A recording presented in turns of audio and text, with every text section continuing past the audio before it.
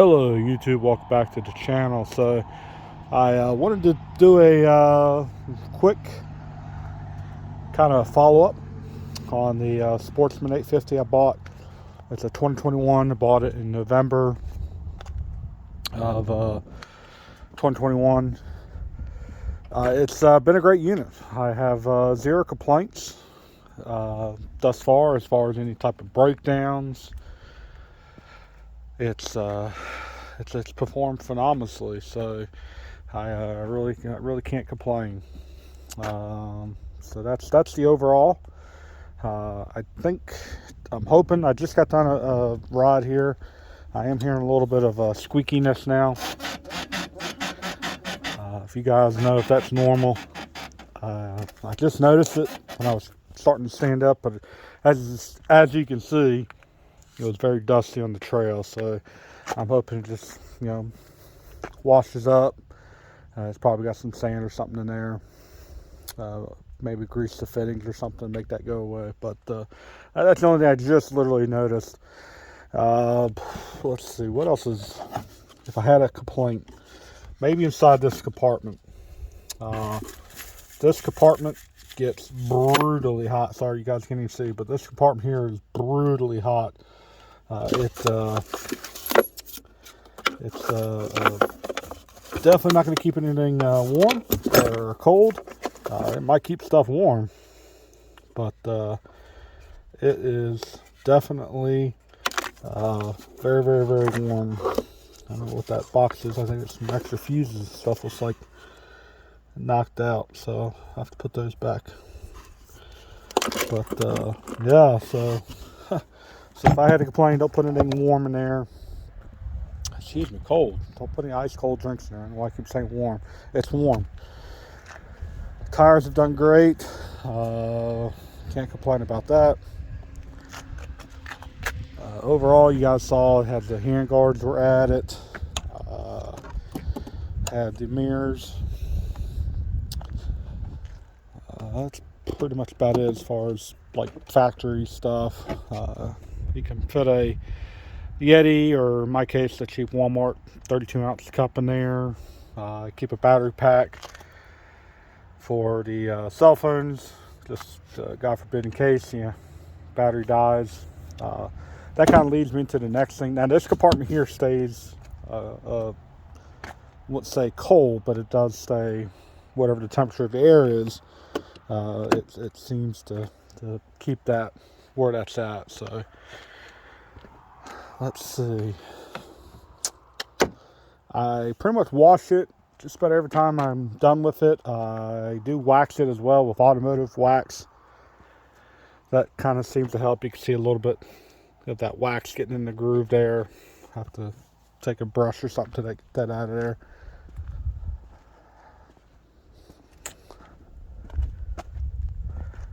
That's about it. I mean, like I said, that's the only thing I just noticed was this little squeaking noise that I had.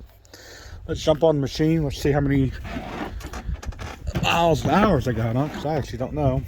While we're sitting here, something that wasn't a dealer or Polaris install is going to be this little plug-in. I got it from Home Depot. I don't remember what the price was off bat. It could have been $20 for all I know. It's got the higher 2.1 amp, and it has your lower 1.0 amp below it. So it's got two USB cords, your standard ones, not your C. I don't like that new style that they're going to. I actually prefer this standard USB. But anyway, that's personal preference. Used a Samsung cable accessor wrapped around.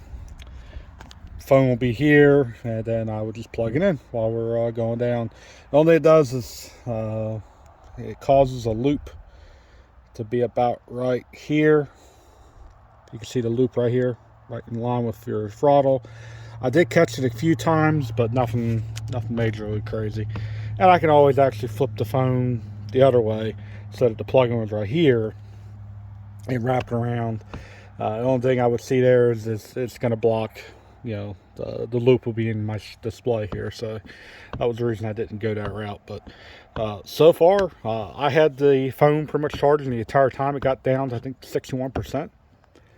I plugged this in, and I'm already up to it's up to 100 and maintained 100. So that's great. So that's a great little doohickey here I bought. I actually bought something else to go along with this, and my original plan was not to use this. It was I believe it's called a inverter adapter. It plugs to a cigarette lighter, but it's got your standard I think 110 house plug on it that you could plug. Not, the other end of this is, and you guys saw it. In the front, you can plug that in.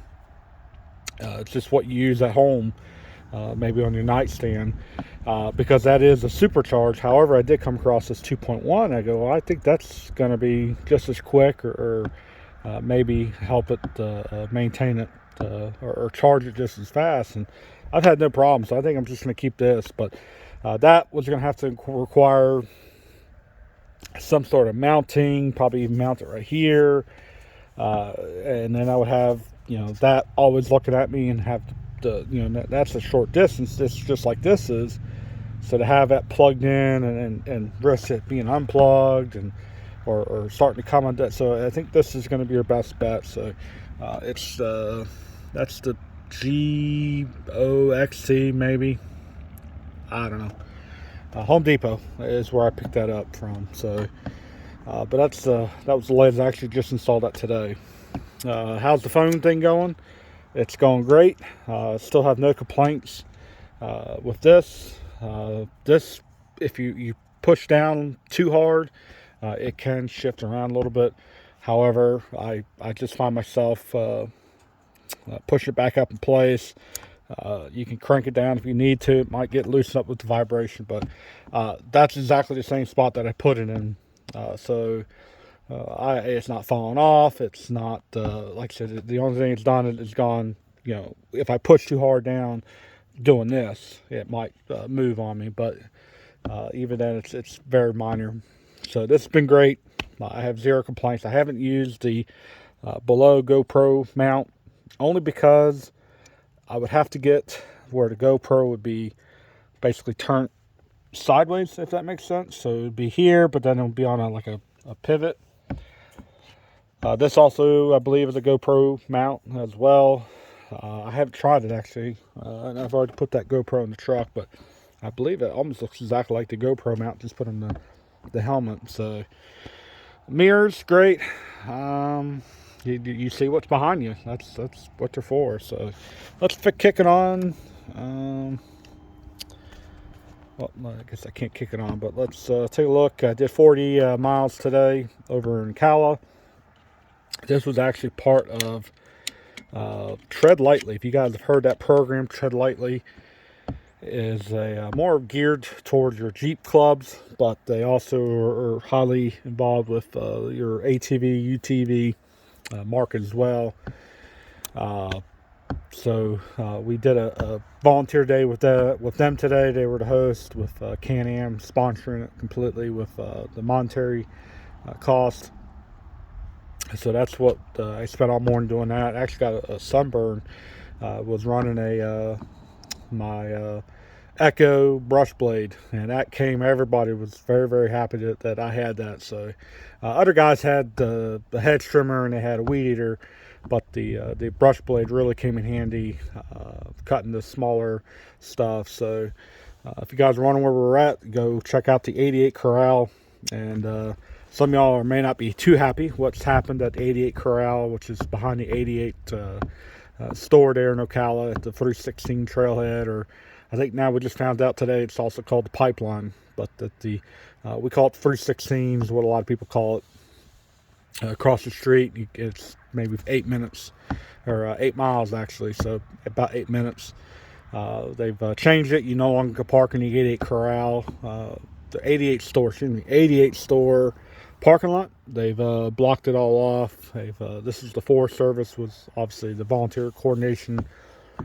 But so go check that out. It's no longer. So what we spent was cleaning up the parking lot. So go check that out if you're in Ocala over at the 316 or the pipeline trail. Let's see, what else did we do? So I did 40 miles today. I always reset this, but that's not what I wanted to do. That was, I don't remember what I did there with trip 2, but let's see. It's currently got 36.3 engine hours on it. Looks like I got 11.2 more hours to go for the next service. That was the amount of time I've driven today. I also reset that as well. It's cooling down from the engine, just running. I just shut it off. Overall, it's got 486 miles. So just under 500 miles. And like I said, back to what we did today. I did notice this hadn't been ran for a while. I had to finally adjust the clock. I had to adjust it for daylight savings times, but it was also the last 2 digits were off. So, but overall, this is 2021 with what are we at? Yeah, just over a year update here. So it's been great, no complaints. It's got a service plan at the local Polaris dealer that I've got like 5 services that they're going to do, and I really can't complain. So hope you guys like this video, and we'll catch you in the next one.